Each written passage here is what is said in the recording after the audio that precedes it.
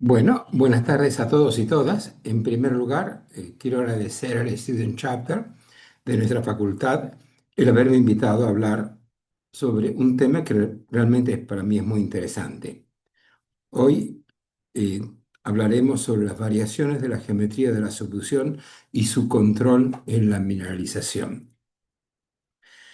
Eh, Antes de entrar en el tema, me gustaría hacer una pequeña introducción acerca de las condiciones que tiene un arco volcánico que nos van a permitir entender cómo es su relación con respecto a la mineralización. En primer lugar, sabemos que en un arco magmático este, digamos, se produce por encima de la cuña astenosférica, o sea, donde se deshidrata la losa oceánica y toma contacto con esa pequeña parte de la xenósfera que está parcialmente fundida, se empiezan a producir esos magmas. Esos magmas pueden tener aportes de la corteza superior.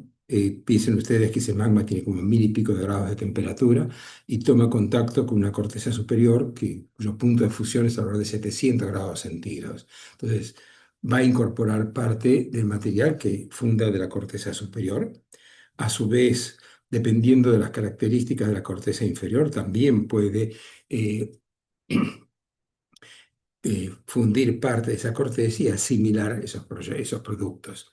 Esto se hace máximo, o sea, llega a su máxima expresión cuando se produce el MASH. El MASH es ese estacionamiento que tiene la cámara magmática en la base de la corteza, es donde se produce el mixing, assimilation, storage and hybridization, o sea, donde el magma tiene oportunidad de mezclarse, asimilarse, hibridizarse y permanecer suficiente cantidad de tiempo en la base de la corteza como para digamos, introducir toda una serie de componentes, mezclarlos y asimilarlos y seguir su camino ascendente. Muy pocas veces, bueno, también hay que reconocer que puede, digamos, en parte tener una señal muy importante de la astenosfera, que generalmente debajo de los arcos volcánicos está empobrecida. Eh, pero lo fundamental diría que es lo que produce la deshidratación de la losa oceánica, que al inyectar agua y volátiles a ese material parcialmente fundido, genera y incrementa el porcentaje de fusión de la astenosfera. Normalmente la astenosfera tiene un porcentaje de fusión de alrededor de 1,5. Apenas empezamos a inyectarle agua y volátiles, puede llegar a 4, 5, hasta 14% de fusión de esa astenosfera, y ese material fundido hace presión y tiende a subir hacia la superficie. Otro componente que también puede participar son los sedimentos que están dentro del canal de seducción. Esos sedimentos, cuando llegan a la cuña astenosférica, también se funden y contribuyen a diferentes productos que asimila el magma. En los últimos años hemos visto que es muy importante también lo que es erosión cortical por subducción, donde bloques que se van capturando de la corteza superior, se introducen al canal de subducción, llegan a la cuña astenosférica, ahí se funden y participan de la formación de ese magma. Estos diría yo que son los 7 componentes más importantes que tenemos en un arco magmático. Y solo ante características muy excepcionales tenemos material oceánico fundido. Este material oceánico fundido solo ocurre cuando la corteza oceánica que se subduce es muy joven, no tiene más de 1 a 2 millones de años.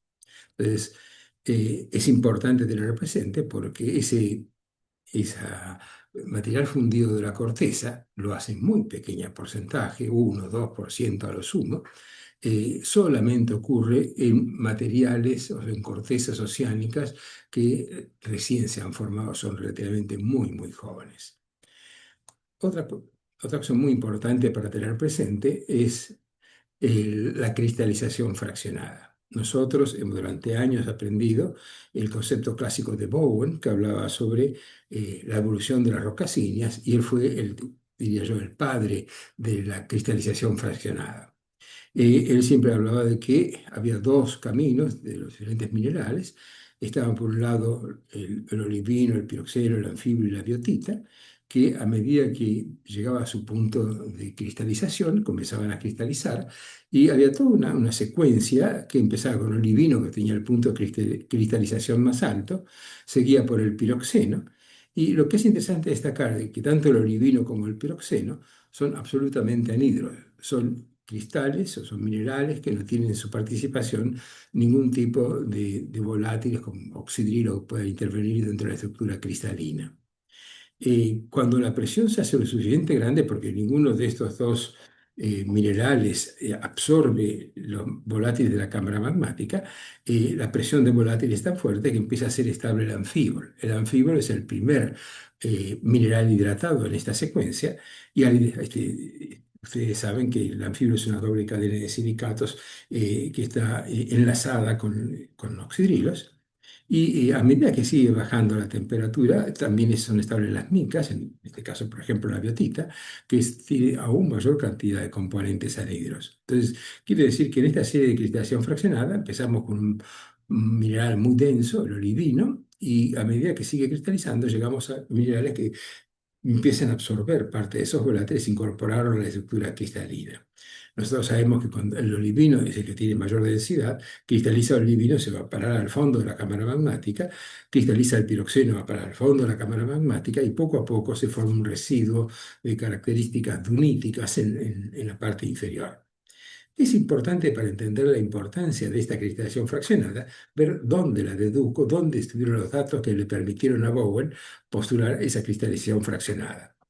En primer lugar, tenemos que presentar a ustedes el filón capa de Palisade, que está en el valle del río Hudson, en la costa este de Estados Unidos, y este filón capa es un filón capa de edad jurásica que se formó durante el periodo de apertura del Océano Atlántico, y ese periodo de apertura del Océano Atlántico Norte se dio básicamente cuando se empezó a separar Europa de América del Norte, y eso produjo toda una serie de emplazamientos relativamente superficiales. Esto no ha tenido nunca más de 2 3 kilómetros por encima de sedimentos. Y todos los procesos que analizó Bowen, yo diría que son procesos que ocurrieron muy cercanos a la superficie. Bowen estudió con detalle estos 70, 80 metros que tiene el filón capa de Palisade y vio que en la parte superior estaban los elementos más livianos, estaban básicamente la moscovita, el cuarzo, el feldespato potásico. Y a medida que íbamos hacia la base del filón capa, en la base del filón, en la parte más inferior, encontramos ese residuo dunítico, o sea, básicamente piroxeno con olivino, y viendo cómo se iban alternando dentro de ese filón capa la mineralización de los diferentes componentes, dedujo la serie de cristalización de Bowen, tan conocida, tan clásica, diría yo, en la evolución de los magmas. Pero importante, todos estos fenómenos de cristalización que nos menciona y describe Bowen han ocurrido en una cristalización fraccionada de baja presión. Veamos ahora qué pasa cuando tenemos alta presión. Y hablamos de alta presión cuando tenemos presiones superiores a los 40 kilómetros. Y pongo este límite de 40 kilómetros porque a partir de ahí es estable el granate. Y el granate, eh, en la serie de cristalización, primero cristaliza el olivino, después cristaliza el piroxeno, y cuando está a punto de empezar a cristalizar el anfíbol, si estamos en alta presión, el granate lo reemplaza y cristaliza el granate. Y eso produce una cosa muy, muy interesante. El granate es anhidro, es un mineral que no tiene volátiles y oxidrilos en su estructura cristalina, lo que hace que cuando cristaliza el granate, en vez de cristalizar el anfíbol, se incrementa notablemente la presión de volátiles que tiene la cámara magmática. Entonces, eso produce en vez de disminuir la presión de volátiles como hace el anfíbol, cuando cristaliza el granate en reemplazo del anfíbol, se incrementa la presión de volátiles. ¿Y cómo sabemos o cómo podemos detectar si un magma tuvo cristalización de granate o no? Y eso lo sabemos a partir de las tierras raras. El fraccionamiento de tierras raras que se produce en los principales minerales que componen las rocas más comunes que tenemos en un arco magmático, tiene un comportamiento muy diferente. Fíjense ustedes, por ejemplo, cuando cristaliza la hornblenda. Aquí tenemos la fracción de tierras raras y acá abajo tenemos las tierras raras livianas, el antaño en una punta, en la otra punta iterbio y lutecio, las tierras raras pesadas. Y cuando cristaliza la hornblenda está más o menos uno, o sea, no hay grandes variaciones, o sea, la hornblenda consume en partes casi parejas, tierras raras livianas como tierras raras pesadas. O sea que si cristaliza la hornblenda, no va a haber un enriquecimiento de ninguno relativo al otro, o sea, de tierras raras livianas con respecto a las pesadas. Fíjense en ustedes el comportamiento que tiene la plagioclasa. Consume menos tierras raras, pero tiene un comportamiento muy interesante. El europio, una de las tierras raras, es diadóxico con el calcio. ¿Qué significa que es diadóxico? Que tiene el mismo radio iónico y la misma carga iónica. Entonces, cuando está formándose la estructura cristalina, el europio encuentra mucha facilidad en reemplazar el calcio dentro de la estructura cristalina. Entonces, cuando empieza a cristalizar la plagioclasa, lo primero que va a faltar en el líquido residual es el europio, porque el europio entra a formar parte de la plagioclasa. Entonces, rápidamente vamos a saber si cristalizó o no cristalizó plagioclasa por esa típica anomalía negativa de europio. Eh, la plagioclasa es un mineral que cristaliza a bajas presiones, con lo cual, digamos, si tenemos una anomalía de europio, ya podemos saber que el fundido residual va a estar indicando con esa anomalía negativa de europio que cristalizó a bajas presiones. Ahora, comparemos el fraccionamiento de tierras raras que tiene el granate. Acá ustedes ven que va de casi 0,01 a más de 10. De todos los minerales, el que tiene un coeficiente de fraccionamiento bien distinto es el granate. Cuando empieza a cristalizar, el líquido residual empieza a enriquecerse de elementos básicamente como el antaño, tierra rara liviana, y a medida que va creciendo, va cristalizando, recién lo hace con los elementos de tierras pesadas. Entonces, cuando cristaliza granate, tenemos que ha consumido muy poco antaño y ha consumido muchísimo iterbio. Entonces, la relación lantaño-iterbio va a ser muy alta. Este, si consumió poco lantaño y mucho iterbio, la relación lantaño-iterbio va a ser muy baja, pero el líquido residual y la roca así formada va a tener una relación muy alta. Entonces, la cristalización del granate tiene una señal muy firme que es que en la fuente la relación lantaño-iterbio se incrementa rápidamente eh, y si en vez de cristalizar anfibio, como dijimos anteriormente, cristaliza granate, se produce una alta presión de volátiles. Las altas relaciones lantaño y terbio se conocen como la señal adaquítica. Entonces, la señal adaquítica nos está indicando que ha cristalizado granate en el sistema y si ha cristalizado granate, estamos en condiciones de relativamente alta presión.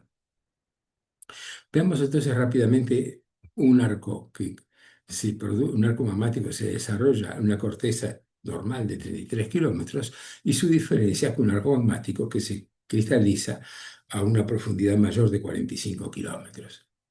Eh, en la baja presión, la serie de cristalización fraccionada que se va a producir plagioclasa, y al producir plagioclasa va a consumir europio y va a caracterizarse por esa anomalía negativa de europio. En cambio, cuando lo hace a alta presión, eh, la plagioclasa a esa alta presión no es estable y cuando cristaliza el peroxeno deja un fundido residual empobrecido en tierras raras pesadas que se incrementa cuando cristaliza realmente el granate. El granate es el mineral que consume más tierras raras pesadas de todos los minerales que componen los minerales comunes en una roca. Entonces, la alta relación lantaño y terbio nos va a estar indicando esa señal taquítica. Entonces, cuando comienza a cristalizar el granate, deja un fundido residual muy empobrecido en tierras raras pesadas. Y esto produce lo que normalmente se llama como las ataquitas andinas. Y son diferentes procesos los que pueden llegar a producirlo. En primer lugar, pueden producirse por fusión de corteza oceánica. Se recuerda que habíamos dicho que para que se funde la corteza oceánica necesitamos una corteza muy joven, menor a 2 a 3 millones de años, para que permita su fusión e incorporación en la cuña astenosférica. Igual, el porcentaje de fusión de la corteza oceánica es 1 o 2%, pero si se funde 1 o 2%, el residuo va a estar empobrecido en tierras raras pesadas, dada la profundidad de cristalización, y va a tener una fuerte señal adaquítica. Las rocas que se forman a partir de esa fusión de corteza oceánica se llaman adaquitas. Pero este tipo de rocas son muy raras, ocurren solamente cuando una dorsal oceánica activa está siendo subducida. El resto de las adaquitas, que son de mayor interés para la exploración mineral, son aquellas que están asociadas al engrosamiento cortical y fusión en la base de la corteza que produce ese residuo clogítico. Eh, Cuando hablamos de residuo clogítico, queremos decir que en el fondo de la cámara magmática vamos a tener olivino, piroxeno y granate. O sea, el granate va a dar las características clogíticas a ese residuo, y tengan presente que la eclogita es una roca de las más densas que tenemos dentro de la corteza. El manto litosférico tiene densidad de 3,3, la astenófera 3,25, la corteza puede variar entre 2,8 a 2,75, pero una eclogita puede tener 3,4, 3,5, 3,6. Es una de las rocas más densas. Y es muy importante ese contraste de densidad que tiene, porque va a ser estable solamente si el manto litosférico está en estado sólido. Si es reemplazado el manto litosférico por astenófera, ese residuo eclogítico va a buscar su equilibrio isostático y se va a hundir dentro de la astenósfera. También podemos tener una señal eclogítica, perdón, una señal adaquítica, si estamos subduciendo por crustal erosion, o sea, por erosión cortical, parte de la corteza superior. Habíamos visto en el ejemplo anterior que nosotros tomamos fragmentos de esta corteza, entraba en el canal de subducción, llegaba a las profundidades que tiene la cuña astrosférica, y en esa cuña empieza a fundirse, y la cristalización de esos minerales a esas profundidades va a tener una fuerte señal adaquítica. Entonces, el hecho de que tengamos erosión cortical la vamos a poder inferir a partir de la existencia de una fuerte señal adaquítica. En los últimos años se ha discutido mucho si la delaminación cortical ante el empinamiento de la zona de Benioff podía producir la señal adaquítica, y vamos a ver posteriormente que en algunos casos lo hace, en otros no. Y vamos a ver cuáles son las condiciones para que eso se produzca. Entonces, ¿cuál es la importancia de tener esa señal adaquita, de producir una adaquita andina? Como habíamos dicho, mientras cristalizaba el olivino y el piroxeno, no pasaba gran cosa, empezaba la típica cristalización fraccionada. Si cuando llegamos en una corteza engrosada al momento que tenía que empezar a cristalizar el anfíbol no es estable, se puso el breakdown del anfíbol, no puede cristalizar, y lo hace el granate en su lugar, hay una fuerte release, o sea, una fuerte de formación de volátiles y de agua, que busca, dada la alta presión que tiene la cámara magmática, cualquier sistema que le permita llegar a presiones menores. Y eso hace que si hay fracturas o hay todo un proceso volcánico en formación, ese release que tenemos de agua y de volátiles se va a inyectar dentro de esas fracturas, esas zonas de menor presión, y van a llegar a arrimarse por lo menos a la superficie. Después de cristalizar el granate, hablamos de la no mineralización. Ya no hay más mineralización, pues gran parte de los volátiles se ha perdido en esa fase de release de agua y de volátiles en la etapa inicial.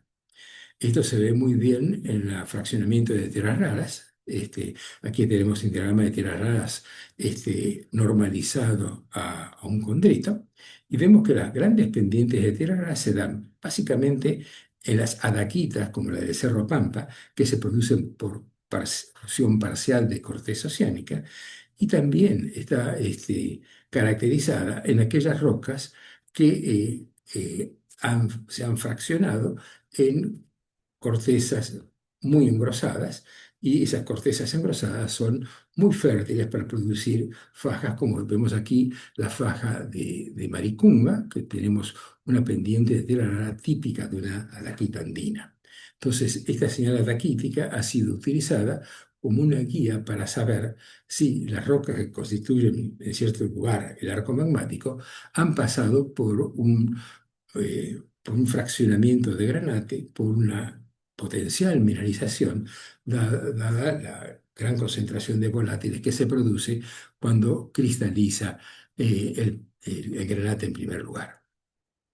Entonces, resumiendo un poco lo que hemos visto hasta ahora, vemos que se puede producir características favorables al emplazamiento cuando tenemos cambios en la geometría de la zona de subducción. Esos cambios en la geometría producen eh, cambios importantes dentro de la cámara magmática y esa cámara magmática puede llegar a tener esa señalada química. También tenemos esos productos básicamente cuando engrosamos la corteza. Cada vez que engrosamos la corteza, hacemos estable el granate y tenemos potencialidad para la mineralización. Esto también ocurre cuando tenemos periodos de migración del frente volcánico. A medida que el frente volcánico va migrando y pasa a zonas de mayor espesor, empieza a cristalizar piroxeno, perdón, empieza a cristalizar granate, y ese granate va a dar la señalada quítica correspondiente. También hemos visto que la erosión cortical, fragmentos de corteza superior introducidas en el canal de subducción pueden llegar a la superficie a través de su fusión en la cuña estenosférica. Entonces, normalmente la mineralización aparece en los tiempos cercanos o próximos al levantamiento orogénico. ¿Por qué ocurre eso? Porque el levantamiento orogénico es un apilamiento tectónico que engrosa la corteza. Si engrosamos la corteza, vamos a tener condiciones fértiles para producir la mineralización correspondiente. Y dejamos todavía en dudas los procesos de delaminación cortical. Todos estos procesos que hemos visto están asociados o vinculados con la señal araquítica, o sea, un incremento de la relación lantaño-terbio que nos permite, mediante el análisis de tierra rara, reconocer estas características en una roca. Vamos a ver ahora los procesos asociados a la horizontalización de una placa subducida. En primer lugar, cuando miramos todo el margen pacífico, que abarca el desarrollo de la cordillera de los Andes, hay dos segmentos, el segmento peruano y el segmento pampeano, donde no hay magmatismo.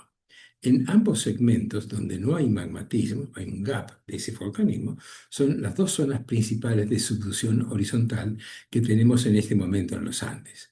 Y ustedes ven que esas dos zonas que no tienen magmatismo se caracterizan por una fuerte actividad magmática. La mayor parte de los sismos intracorticales, o sea, dentro de la corteza, se dan en la zona de subducción horizontal.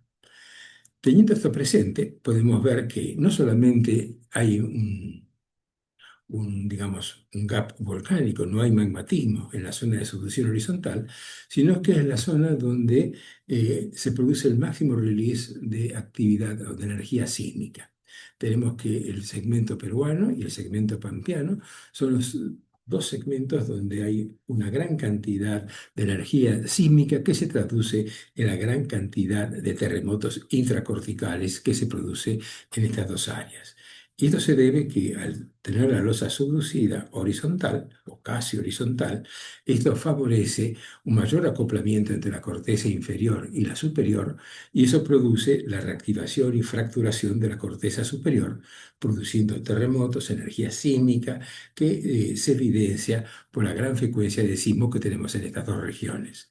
A su vez, el hecho de que tengamos engrosamiento cortical implica fuerte apilamiento tectónico y ese apilamiento tectónico produce las zonas de máxima altura que tenemos en los Andes. En la zona pampeana tenemos el Aconcagua, en la zona peruana tenemos la Cordillera Blanca y su continuidad hacia el sur, que es un atolito que ha sido ascendido casi a 6, 7 kilómetros de altura a lo largo de decenas de kilómetros, que implica un fuerte alzamiento y ese fuerte alzamiento está condicionado por la horizontalización de la placa. Si miramos ahora el segmento pampeano, vamos a ver que a partir del Tupungato hacia el sur tenemos una serie de arcos magmáticos con comportamiento normal de un arco magmático. Pero de esa línea hacia el norte tenemos el segmento de subducción horizontal. En primer lugar, lo que se nota es que en este segmento tenemos las máximas alturas. Tenemos el Aconcagua, la Ramada, el Mercedario, que son rocas que han sido elevadas tectónicamente a su posición actual. A su vez, cuando miramos la precordillera nace y termina del punto de vista estructural, donde empieza la subducción horizontal. Entonces, dos rasgos muy importantes que se asocian a la subducción horizontal es máximas alturas a través del levantamiento tectónico, y en este caso el desarrollo en este segmento de subducción horizontal de la precordillera. No solamente eso, si vamos más hacia el este, vamos a ver que la subducción horizontal está caracterizada por el levantamiento de las sierras pampeanas. Y ese levantamiento está indicando que el antepaís ha sido fragmentado, lo que se conoce con el Broken Forest. Aquí tenemos el segmento central pampeano en esta sección. Ese segmento central pampeano no tiene volcanismo activo, bien diferente al segmento norte y el segmento sur, donde hay un arco volcánico activo y eso ocurre porque la losa oceánica tiene una inclinación normal de alrededor de 30 grados. Aquí, en la parte central, la solución es menor a 5 grados y eso hace que interrumpa la interacción entre la cuña astenosférica y la deshidratación de la losa. Entonces, importante, toda esta sierra pampeana que ustedes ven aquí es un broken forest, un fragmento, un antepaís fragmentado que está indicando que las características y el desarrollo geográfico que tiene la zona de subducción horizontal. Aquí también pueden ver en la proyección de los epicentros de la actividad sísmica en la zona de subducción horizontal, que tenemos esta forma alargada. Esta forma aquí alargada que ven con rumbo noroeste está caracterizando la introducción de la dorsal asísmica de Juan Fernández por debajo de la corteza sudamericana. Es la zona de mayor fricción, la zona donde se libera mayor cantidad de energía y hay mayor cantidad de sismos. Entonces pueden ver aquí la zona de solución horizontal y por encima una gran concentración de sismos que está indicando ese mayor acoplamiento que tenemos entre la corteza superior y la corteza inferior. La actividad magmática, a medida que se va introduciendo la losa, va disminuyendo.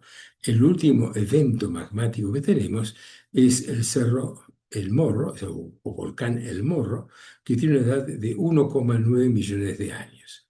Y este volcán es el último producto de un arco volcánico, es una señal muy adaquítica, porque lo ha hecho sobre corteza engrosada y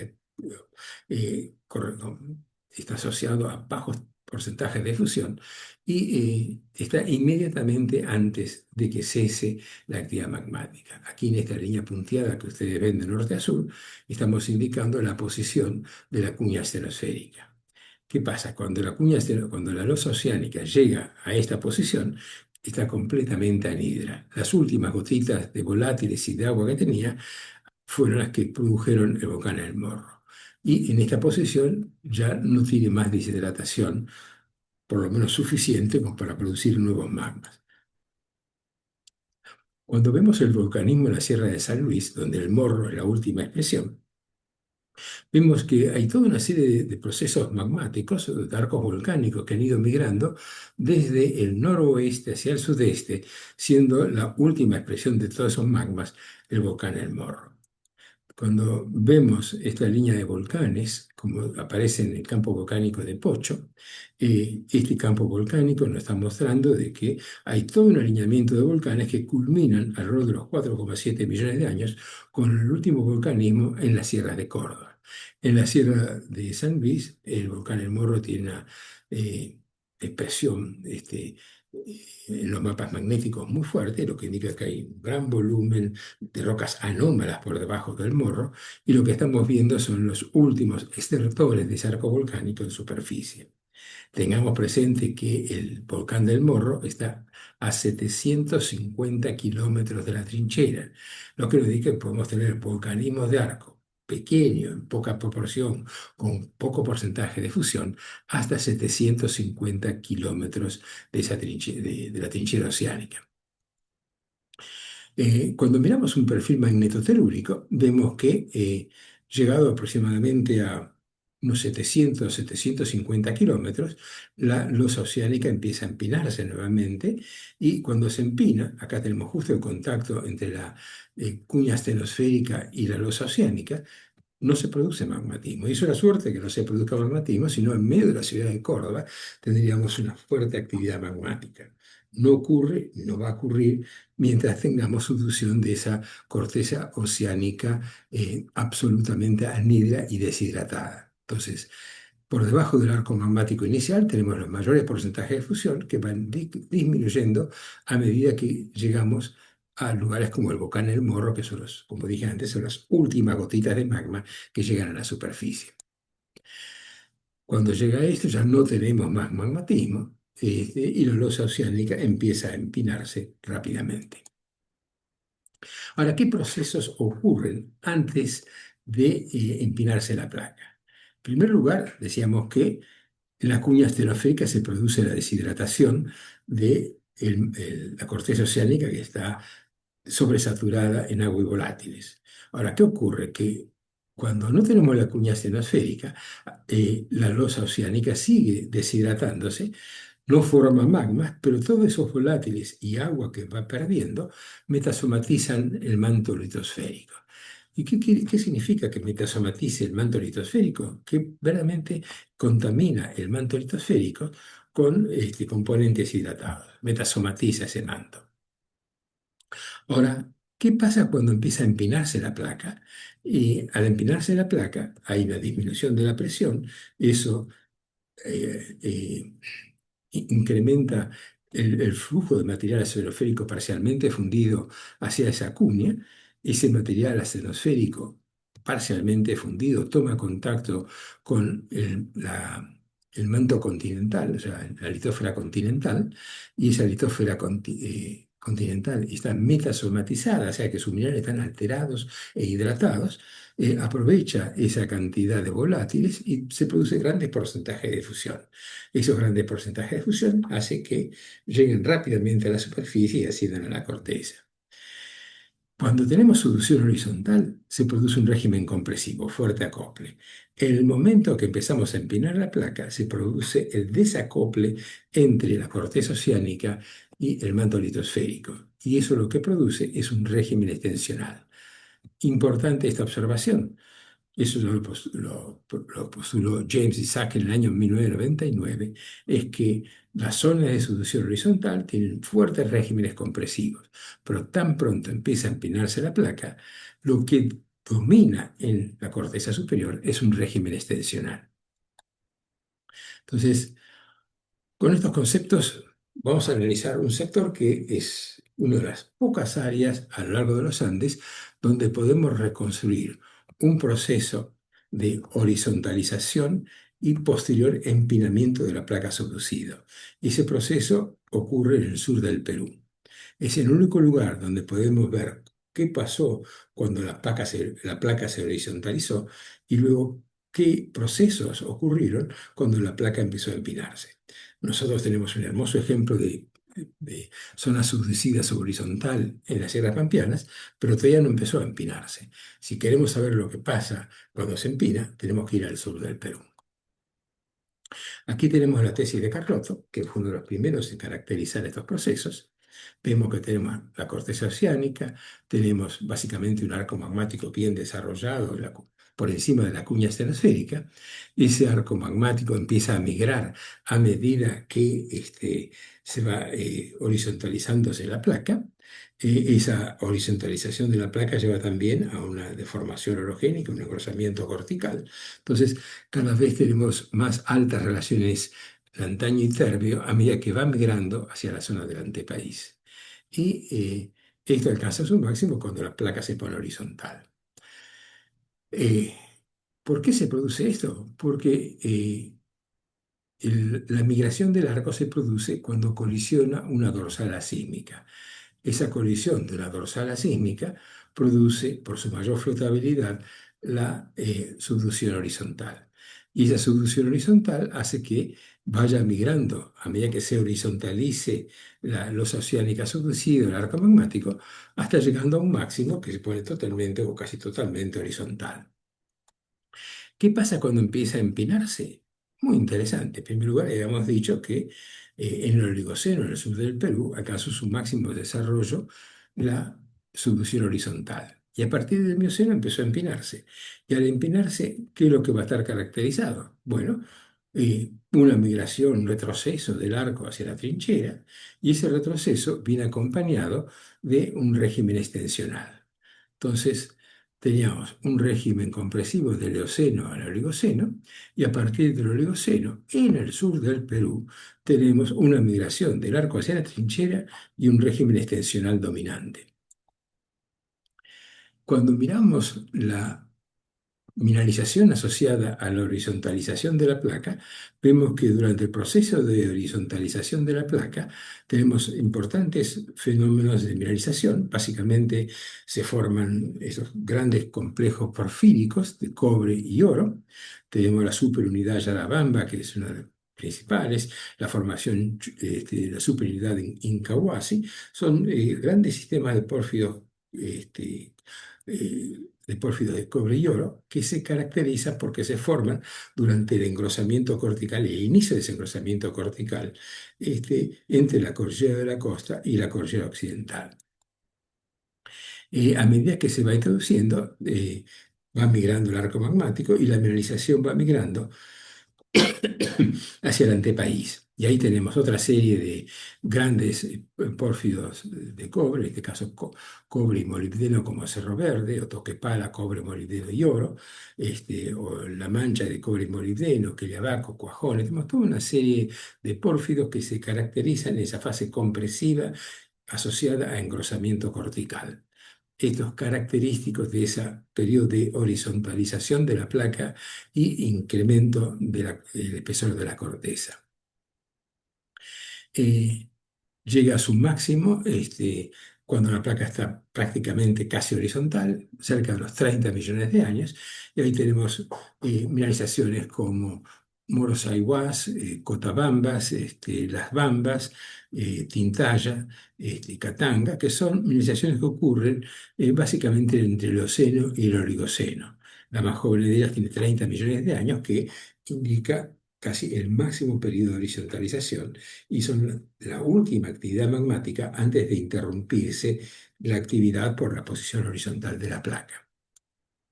En ese momento tenemos hermosos ejemplos de estratos de crecimiento, como vemos aquí en la formación Puno, en Ayaviri, justo al norte del lago Titicaca, donde vemos en el sur del Perú todo un abanico de discordancias progresivas, producto de la estructuración de estos depósitos terciarios durante el periodo de máximo engrosamiento cortical.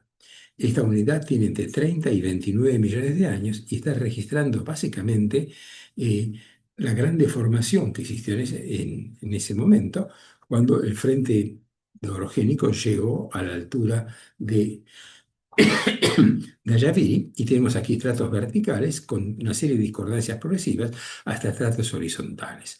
Esto ocurre en una serie de depósitos oligocenos que nos están marcando cómo llegó el frente de deformación y cómo se deformaron estas rocas y cómo afectó a la secuencia sedimentaria con estas discordancias progresivas. Inmediatamente después, el arco magmático, y acá seguimos a la tesis de Miriam Amani, que estudió cómo era el comportamiento después de esos 30 millones de años de máxima horizontalización de la placa, qué es lo que pasaba cuando el arco empezaba a empinarse. Hay toda una migración del arco que pasa del arco de antes de 30 millones de años al de Tacasa, al de Barroso y finalmente al arco actual que tenemos paralelo al margen actual Pacífico del sur del Perú. Todo este periodo que va entre 30 millones de años y 3 millones de años, que está asociado al empinamiento de la placa subducida y la migración del arco hacia la trinchera, se caracteriza por una extensión generalizada en la placa superior. O sea, en la corteza superior vemos numerosas evidencias de fallamiento extensional. Y lo que vemos en ese periodo extensional, que ya la mineralización es completamente diferente.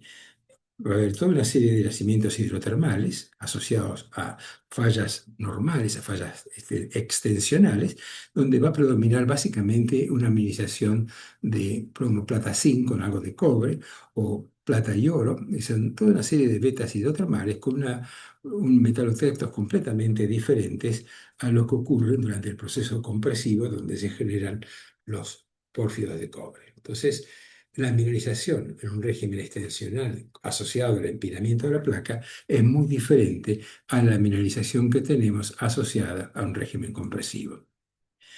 En la culminación de este sistema de empinamiento empezamos a ver fenómenos de delaminación. Aquí el manto litosférico empieza a ser removido, eso lo sabemos a través de la tomografía sísmica, y vemos que parte de la corteza inferior es fundida. Al fundirse se produce magmatismo y tenemos un arco interno característico de este proceso que nos va a estar indicando la presencia de delaminación cortical. Bueno, con ese ejemplo del sur del Perú podemos ver ahora qué pasa en los Andes centrales del centro de Chile y Argentina. Y vamos a empezar con la evolución durante el Paleozoico superior. Bueno, es bien sabido que durante el Paleozoico inferior tuvimos toda una serie de terrenos acrecionados. Se reconocen esos terrenos porque hay fajas ofiolíticas, o sea, fajas remanentes de corteza oceánica que están marcando la creación de esos diferentes terrenos. Cada uno de esos terrenos tiene un arco magmático característico. Ese arco magmático que en los inicios estaba en el terreno de Córdoba, pasan al Pampia, pasan cada vez más hacia el oeste, hasta que finalmente llegan al margen pacífico actual. Entonces hay dos procesos. Se acrecionan terrenos y el arco magmático va saltando hasta alcanzar su posición en el margen pacífico actual. Aquí tenemos algunos esquemas que nos muestran cómo era el arco magmático famatiniano, que se caracterizaba por una eh, subducción asociada a extensión. Esta extensión se debe a que en su momento había convergencia relativa, pero no convergencia absoluta, y eso hace que toda la evolución que tuvo el arco famatiniano detrás del arco se caracterizara por extensión. El mejor exponente de extensión es la faja máfica, ultramáfica de las águilas, que son una serie de yacimientos de cromo y níquel que aparecen en San Luis asociados a la zona de mayor atenuamiento cortical. Cuando se produce la colisión de Cuyani alrededor de los 465 millones de años, toda esta faja se estructura compresivamente. Al estructurarse compresivamente, se emplazan en superficies las rocas máficas y ultramáficas de ese cinturón o faja máfica de las águilas que caracteriza esos yacimientos de cromo y níquel que tenemos en San Luis. Después de la colisión de Chilenia, se produce una nueva sutura y esta nueva sutura va a dar un salto al arco magmático, ubicarse paralelo al margen pacífico. Este es el último terreno acrecionado Chilenia y a partir de este momento, básicamente a partir de los 390 millones de años, se instala un arco magmático en la región pacífica. Entonces, tenemos que de los 390 millones de años hasta los 340 hay un arco magmático funcionando, el típico arco volcánico gondvánico, que está básicamente el arco principal en Chile. Aquí tenemos la sutura con sus cinturones apareados, típico de esa zona. Y esto funciona de los 385 millones de años hasta los 270 millones de años. ¿Qué ocurre a los 270 millones de años? Tenemos la fase sanrafaélica. ¿Y qué es lo que produce la fase sanrafaélica? Hay varias alternativas y vamos a analizarlas en pocos segundos. Después de la fase sanrafaélica, se empieza a empinar la placa y cuando se empina la placa sabemos que se produce en primer lugar extensión en la corteza superior y esa extensión produce el desarrollo del volcanismo del grupo Choichoy, que empieza en el sector más interno y se propaga desde el centro de Argentina hasta Chile, una superficie tremendamente grande.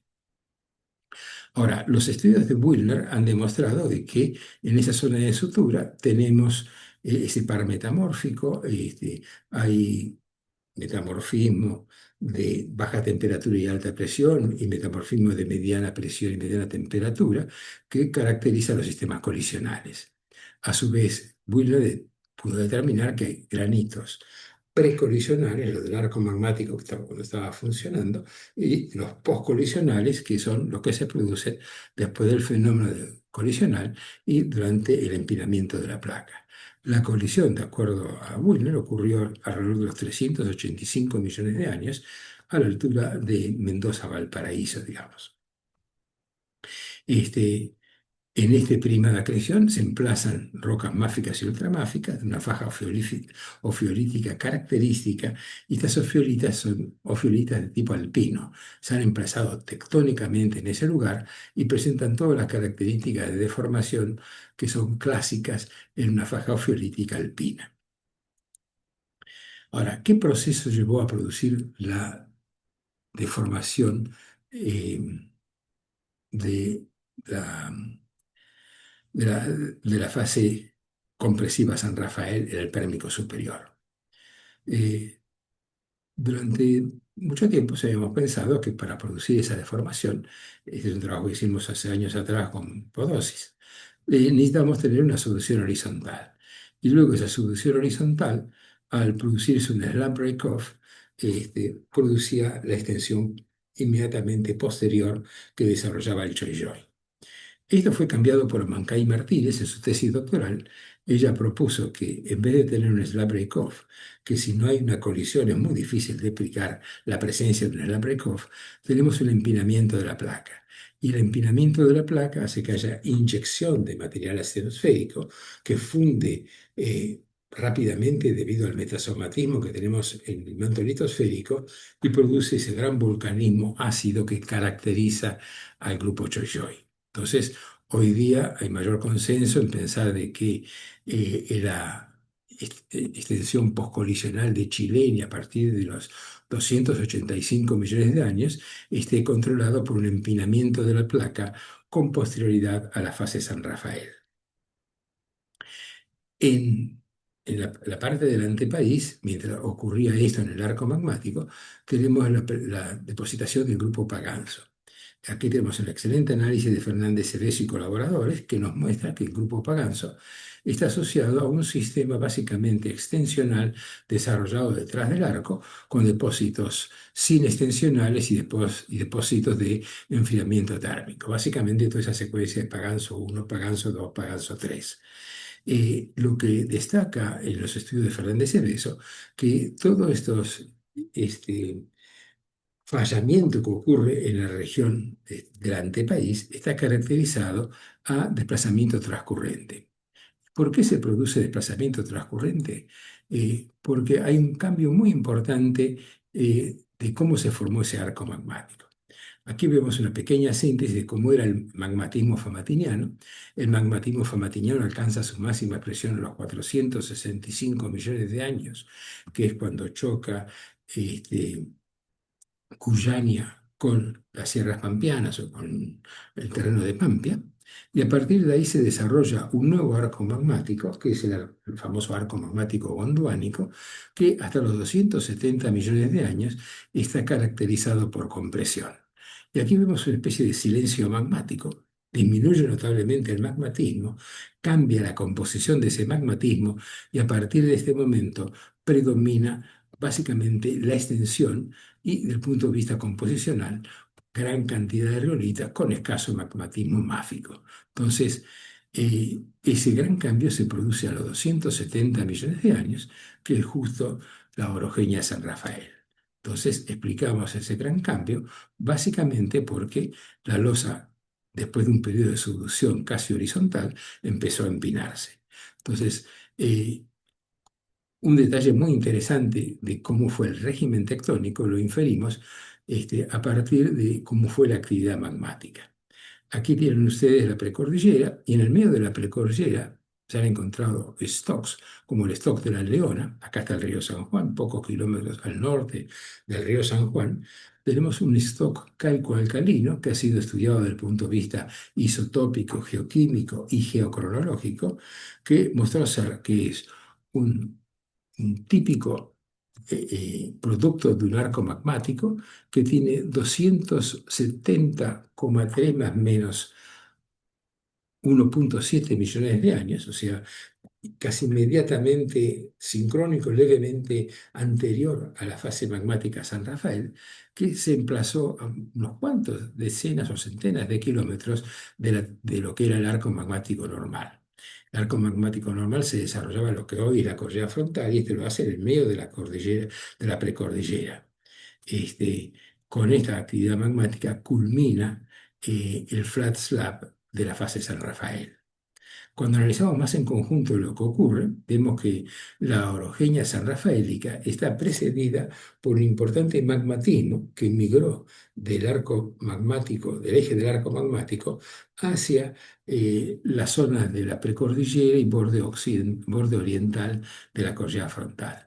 Este magmatismo alcanzó hasta la Sierra del Valleferte, Sierra de la Huerta, y hay numerosas evidencias de ese magmatismo en la vertiente oriental de la Collada del Tigre, de la Collada Frontal de San Juan. Tenemos numerosas evidencias que nos están indicando una expansión del magmatismo y su entrada básicamente dentro del territorio argentino a los 283, 275, 281, 322, 271, 275, o sea, toda una serie de evidencias que nos indican que el arco magmático ha migrado hacia territorio argentino y aparece asociado con una importante mineralización. Aquí vemos la gran discordancia de la fase sanrafaélica de los depósitos carboníferos o del Paleozoico superior, discordantes con una posición horizontal del grupo, de las riolitas del grupo Choijoy. Estas riolitas están afectadas por fallas normales, o sea, se han depositado en un ambiente extensional que seguía manteniéndose durante la depositación del grupo Choijoy. El estudio paleomagnético realizado en la tesis de Rapalini, publicada más tarde por Rapalini y Vilas, nos permite ver una diferencia muy grande de comportamiento del arco magmático. Entre el carbonífero superior y el pérmico inferior, o sea, hasta los 281 millones de años, el arco magmático estaba funcionando, pero cuando analizamos el paleomagnetismo de ese arco magmático, encontramos muchas rotaciones de las rocas asociadas a ese arco magmático.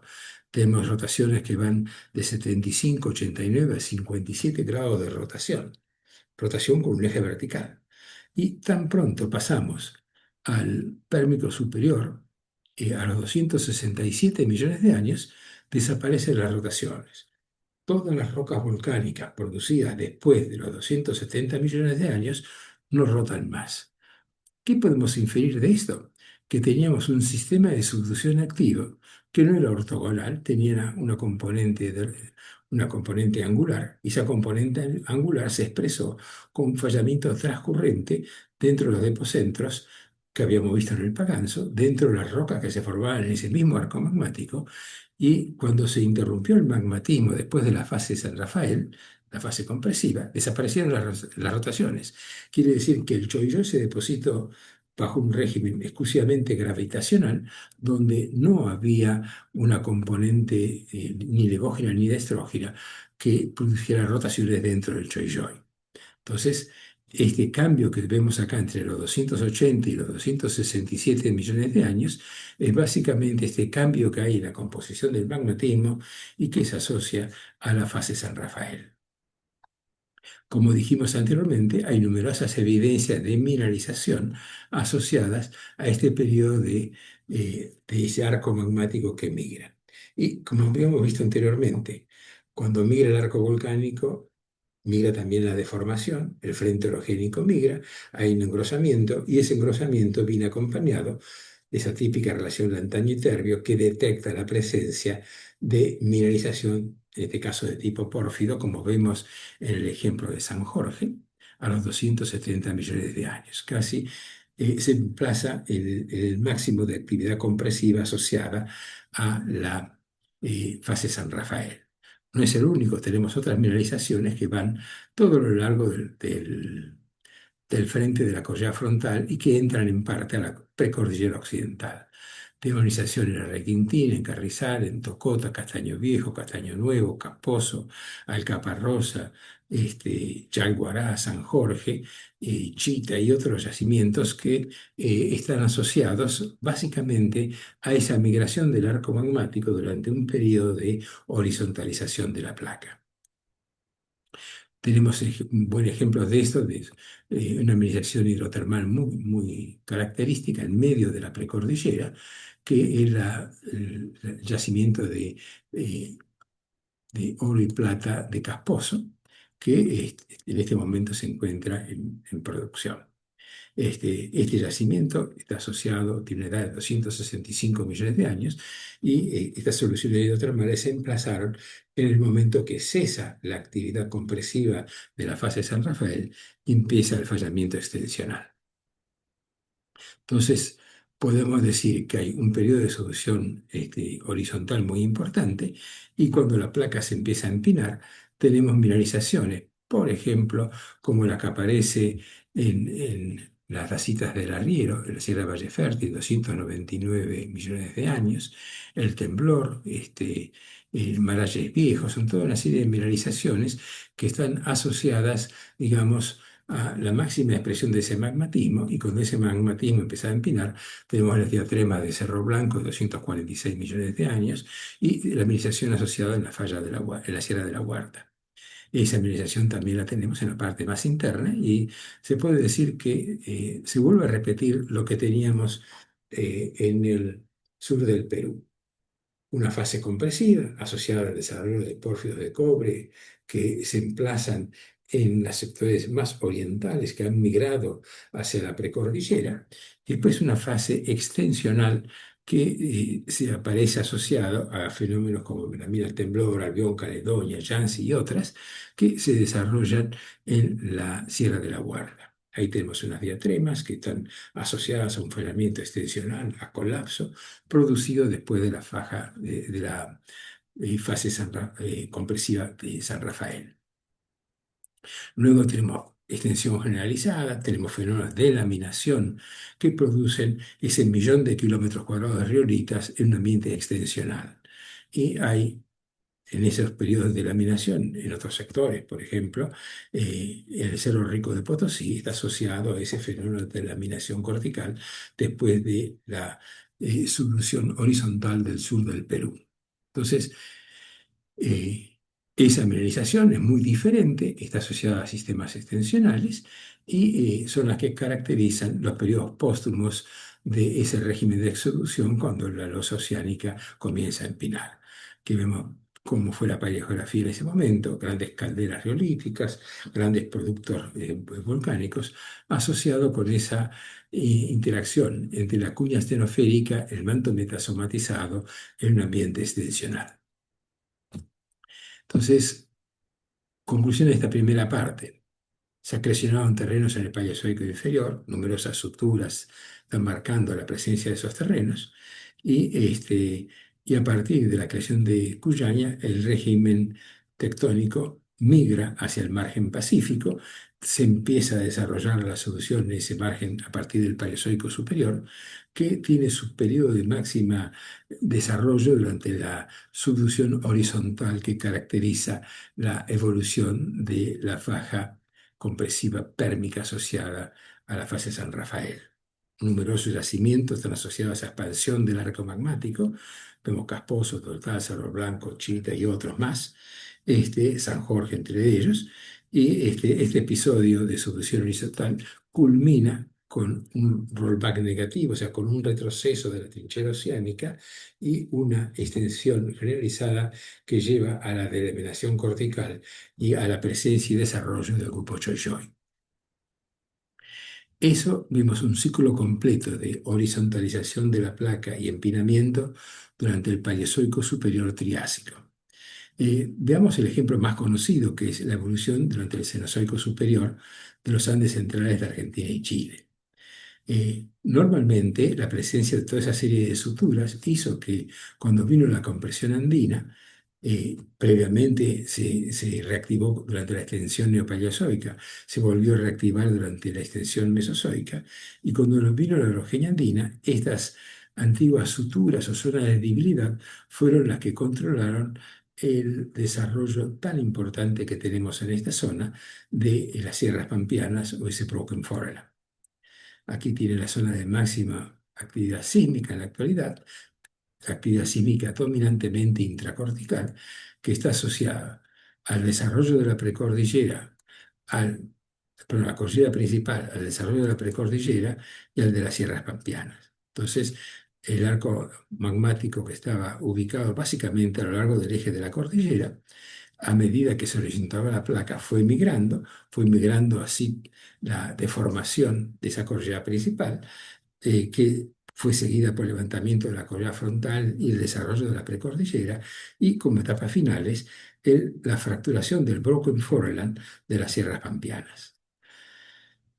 Veamos que en el inicio de la actividad magmática en el Mesozoico, estamos hablando básicamente de Jurásico inferior hasta Cretácico inferior, estaba caracterizada por un régimen extensional.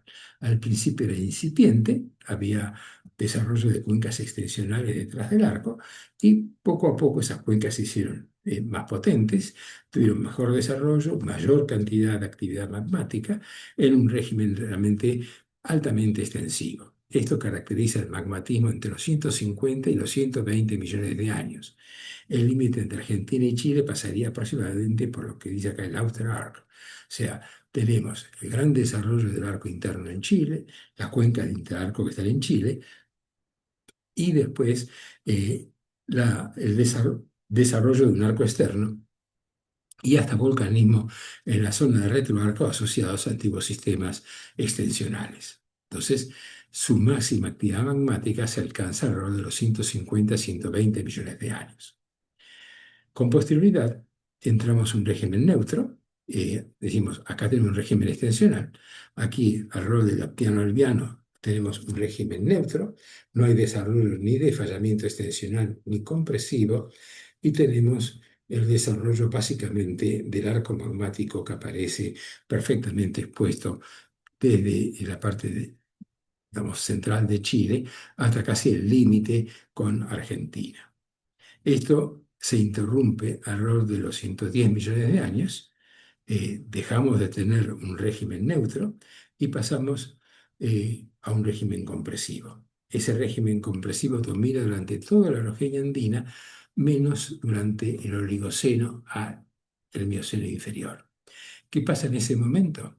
Eh, una vez que se cierra el mar de Tetis, todos los continentes que se dirigían hacia el norte son interrumpidos porque se acaban las zonas de subducción, se interrumpe el movimiento de esos continentes, se interrumpe, hay un descenso enorme de la subducción, y hay todo un periodo en el cual las placas tratan de reorganizarse, y esa reorganización de las placas se ve a lo largo de las Andes con la ruptura de la placa de Farallón, que sigue propagándose hacia el norte, y el inicio de la placa de Cocos, que tiene una subducción más ortogonal. Entonces, ese periodo que marca esa reorganización de placas se caracteriza a lo largo de los Andes argentinos-chilenos por el desarrollo de importantes cuencas de intrarco, cuya expresión más de mejor desarrollo es lo que se conoce como la cuenca de abanico, una típica cuenca de intraarco desarrollado casi a lo largo del límite entre Argentina y Chile. ¿Qué ocurre en la región del retroarco? Sabemos por la tesis doctoral de Vinokur que detrás del arco tenemos depositación de secuencias sedimentarias cenozoicas, pero todas esas secuencias sedimentarias cenozoicas lo hacen ante un régimen extensional durante el Oligoceno. En el Río de la Sal Formation, o sea, la formación Río de la Sal, tenemos excelentes ejemplos de esa extensión asociada a la sedimentación. Aquí tenemos un- un sistema extensional con depositación sin extensional de la formación Valle del Cura y posteriormente de la formación Río de la Sal, que se desarrollan durante un completo ciclo extensional que caracteriza al Oligoceno en esta región. Tenemos aquí rocas de 24, 23, 34, 22 millones de años que se forman durante ese periodo extensional. Entonces, tanto la formación Valle del Cura a los 24 como el Río de la Sala a los 23 millones de años marcan el apogeo de ese régimen extensional durante el Oligoceno. Aquí tenemos eh, una caracterización de ese arco magmático también producida por Vinokur, donde tenemos el arco de Doñana, y detrás del arco de Doñana esta cuenca extensional que caracteriza el Oligoceno en la región central de Argentina y Chile. Esta cuenca está básicamente desarrollada en territorio argentino, mientras que en el arco magmático tiene evidencia de extensión, el arco ese famoso de Doñana en el sector chileno adyacente. Esta extensión se interrumpe eh, alrededor de los 12 millones de años con una fuerte compresión. Esa compresión se inicia con velocidades de convergencia lentas y alcanzan realmente su máxima expresión durante la colisión de la dorsal asímica de Juan Fernández alrededor de los 10 millones de años. Esa colisión de la dorsal asísmica produce la horizontalización de la placa, el levantamiento de la correa frontal y toda una serie de magmatismo con fuertes señales adaquíticas a estas latitudes, como los que caracterizan a la formación de los pelambres, el teniente, los bronces, que son sistemas porfíricos asociados a esta fase entre 10 y 5 millones de años que lleva a la colisión de la dorsal asísmica y un fuerte engrosamiento cortical. Esto desarrolla básicamente la faja de Maricunga y continúa con la faja del Indio y la faja de Pelambres. Todos estos son pórfidos que empiezan en el Mioceno inferior, cada vez se hacen más jóvenes hacia el sur, y estas tres fajas, la de Maricunga, el Indio y Pelambres, son fajas producen gran cantidad de pórfidos de cobre, algunos ricos en oro en la parte norte, ricos en molibdeno en la parte central y de cobre y molibdeno en la zona de Pelambres y más al sur. Entonces, esta faja es bien conocida, es la faja que produjo los grandes yacimientos, la zona de Maricunga, el Indio y de Pelambres en la región chilena. Lo que tenemos que tener presente es que todo ese magmatismo también entra en territorio argentino cuando empieza a horizontalizarse la placa.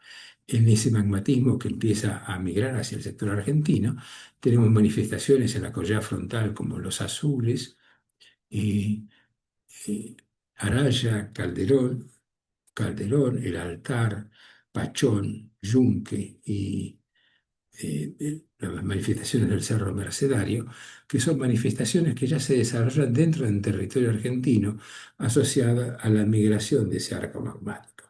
De esa migración del arco magmático, como dijimos anteriormente, aparece asociada a la colisión de la dorsal de Juan Fernández. Esa colisión se produce aquí en la latitud más o menos de Valparaíso, que vemos este mapa de la derecha, y esa colisión produce engrosamiento cortical, grandes depósitos porfíricos asociados a ese engrosamiento cortical, y la migración del magmatismo hacia el territorio argentino produce también una serie de pórfidos que se emplazan en el sector más oriental. Entre esos depósitos, los más orientales, tenemos los depósitos de Huachi, Hualilán, Hualcamayo, la zona de alteración de Uyum, que son típicos sistemas asociados a la horizontalización de la placa en el periodo de máxima compresión. Esto lo vemos en San Juan, pero si vamos más hacia el norte, tenemos yacimientos que, asociado a este sector de horizontalización, produjo, por ejemplo, el pórfido de cobre y oro de la Lumbrera, el pórfido de cobre y oro de Cerro Rico, de Agua Tapada, de la administración de Capillita, Cerro Rico y otras más, que caracterizan en Catamarca, donde fue la primera, bueno, la horizontalización va migrando De norte hacia el sur, los yacimientos más antiguos y mejor desarrollados los tenemos al norte, y a medida que migramos hacia el sur, tenemos otros yacimientos, otros prospectos, algunos ya en producción como Gualcamayo, que están indicando que este fenómeno de horizontación de la placa, engrosamiento cortical y migración del arco magmático trajo una importante mineralización del lado argentino. Esa mineralización continúa en las sierras pampeanas. Acá hay toda una faja que hemos visto que llega a terminar en el Cerro del Morro, pero tiene toda la mineralización previa que conocemos como las vetas auríferas de la Carolina, que también hay evidencias todo a lo largo de esta faja que terminan básicamente con ese rumbo oeste-noroeste, culminan con ese volcán del Morro. Entonces, la mineralización llega, pues, junto con ese engrosamiento cortical, hasta la latitud básicamente de la Sierra de San Luis. En los últimos años hubo una revolución. Esa revolución fue el haber encontrado un nuevo distrito que se conoce como el nuevo distrito mineral de Vicuña, o la faja de Vicuña, que realmente diría que es excepcional. Y acá tengo que mencionar a dos jóvenes premiados con el premio Thayer Lindsley en el año 2024.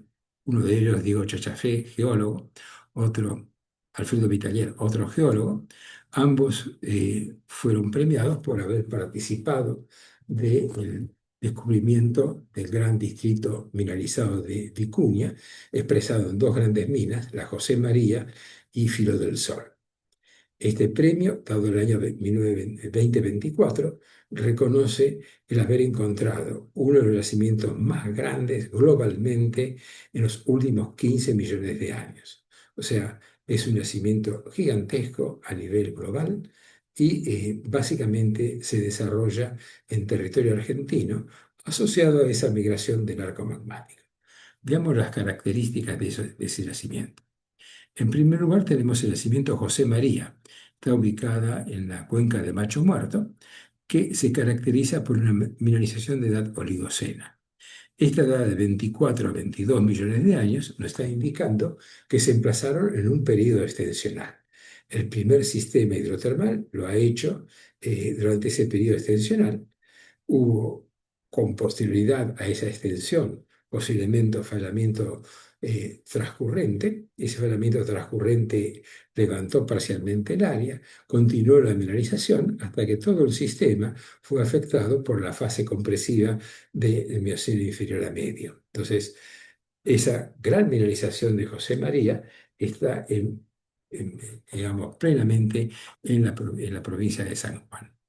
No es la única mineralización, hay otras mineralizaciones oligocenas, como la que tenemos aquí los helados, que varía entre 29, alrededor de 29 millones de años, junto con otras de edades más jóvenes. Aquí vemos un mapa simplificado del distrito Macho Muerto, perdón, del distrito Vicuña, que está desarrollado en la cuenca de Macho Muerto. Tenemos una parte de lo que sería la cordillera frontal levantada, que es el, el- el Alto del Potro, es un alto de basamento, y este alto de basamento, asociado a ese periodo de engrosamiento de este alto de basamento, se emplazaron numerosos pórfidos de cobre y oro, en los cuales está Filo del Sol, los helados, y otros yacimientos del sector chileno. Entonces, hay un periodo muy importante que se asocia primero con la extensión en lo que vemos en José María, y con posterioridad al engrosamiento cortical y al levantamiento de esta cordillera frontal a estas latitudes asociadas a la colisión de la dorsal de Juan Fernández, donde se emplazan los yacimientos típicos de pórfido cuprífero como Filo del Sol, los helados y otros que vamos a ver a continuación. Entonces, hasta este momento teníamos una faja de Maricunga y una faja del Indio, y los últimos hallazgos, básicamente de los pocos años atrás, han llenado este gap que había entre Maricunga y Chile, con lo que conocemos ahora como la nueva faja de Vicuña y sus yacimientos gigantes de cobre porfírico. Aquí tenemos el yacimiento Filo del Sol. Aquí ustedes pueden ver que este es el límite entre Argentina y Chile. El yacimiento casi el extremo más occidental es compartido en territorio chileno en esta parte de la cordillera. Eh, Ustedes pueden ver que aparte de Filo del Sol, un yacimiento realmente gigante a escala mundial, tenemos Lunahuasi, otro gran yacimiento desarrollado íntegramente en territorio argentino, que tiene su yacimiento de cobre y oro, con unas leyes de oro realmente impresionantes, de promedio de varios gramos de oro por tonelada, con valores realmente anómalos, altísimos, que hacen a esta zona de Lunahuasi como una gran zona de prospectiva que está en este momento siendo perforada con resultados altamente positivos. Entonces, aquí ven ustedes Filo del Sol, aquí ven ustedes Luna Oasis, esta gran zona de alteración. Y aquí ven una sección de Filo del Sol donde puede ver que hay varios sectores mineralizados, pero que realmente componen un yacimiento realmente excepcional. Este yacimiento está en la parte más alta de San Juan, asociado casi al límite entre Argentina y Chile, en la parte norte de la provincia de San Juan. Aquí ven los desarrollos que se están dando en Filo del Sol, que es un pórfido que se emplazó entre los 16 y 15 millones de años. Aquí, para resumir un poco lo que hemos visto, hay un excelente diagrama de Perelló que nos muestra que esta faja vicuña se ha emplazado en forma extensional a partir de los 24 millones de años con José María. Y durante el desarrollo de la compresión y la colisión de la dorsal de Juan Fernández, en Filos del Sol, con sus diferentes mineralizaciones, y Luna Huasi y otros que siguen en territorio chileno, que realmente han permitido definir un yacimiento realmente muy, muy importante asociado a esa horizontalización de la placa. Entonces, actualmente tenemos casi una continuidad entre la faja de Maricunga, la faja de Vicuña, con esos grandes yacimientos como Los Helados, Luna Huasi, Filo del Sol, José María. Queda todavía una pequeña parte que está fuertemente explorada en estos momentos para enganchar realmente con la faja del Indio. Entonces, eh, realmente la faja de Vicuña ha realmente producido un cambio excepcional en el potencial de cobre y oro que tenemos en Argentina, especialmente en la provincia de San Juan. Este sector de acá es el sector donde se han enfocado miles de millones de dólares de exploración que vamos a tener para poner en producción estos grandes depósitos. Entonces, ya para terminar, me gustaría decir que hemos visto un periodo de expansión del magmatismo con una serie de mineralizaciones del Pérmico superior, este, Triásico inferior.